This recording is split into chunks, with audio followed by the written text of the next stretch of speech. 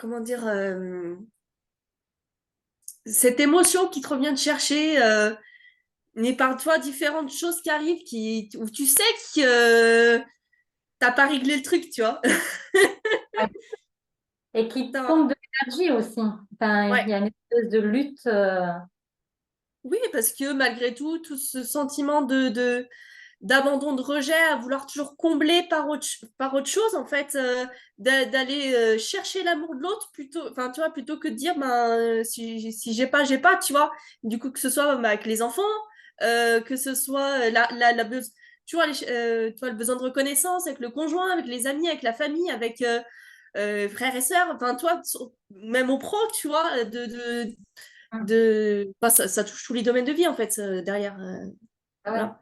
Du coup, c'est fatigant en fait de toujours essayer d'aller chercher. Oui, Alors, et puis ouais, ça te plombe parce que au lieu de, même si enfin, moi, je suis quelqu'un d'optimiste, je suis toujours à dire, ben voilà, c'est génial ce qu'on a fait, mais malgré tout, tu as toujours un truc qui te reste derrière en disant, et si, et si tu l'avais plus, tu vois, mais ça vient te chercher pas.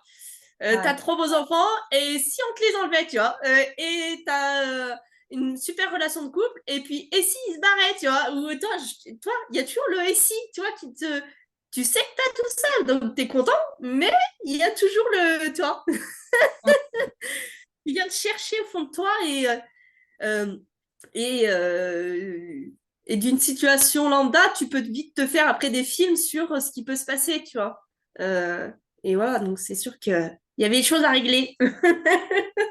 Et donc là, qu'est-ce que ça t'a fait alors quand tu t'es reconnecté justement à toutes ces parties de toi qui, comme je te disais, en fait, cette énergie de toi-même qui a pris la fuite à différents moments de tes années collège, même voire avant, tu me disais aussi, ça a commencé même en primaire. Quand tu t'es reconnecté à tout ça, comment tu l'as vécu? Qu'est-ce qui s'est passé en toi alors? Bah, c'est vraiment cette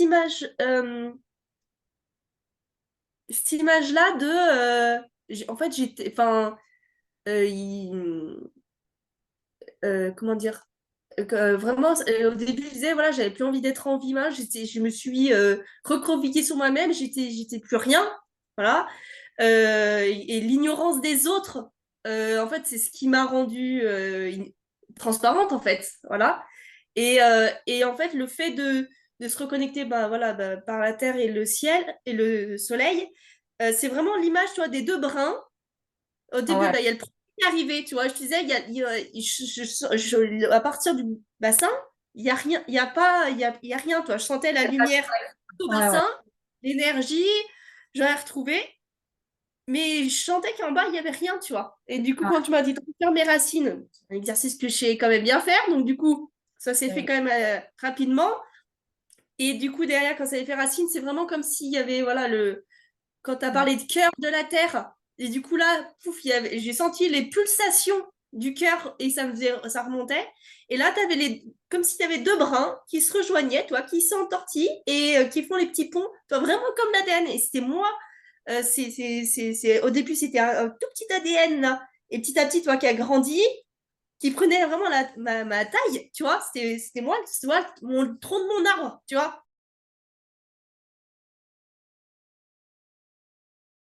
Et du coup, là, c'était vraiment moi l'arbre, tu vois, et qui prenait vie, tu vois. J'avais mes racines qui prenaient, et mes branches qui prenaient, et je prenais vie, en fait, tu vois.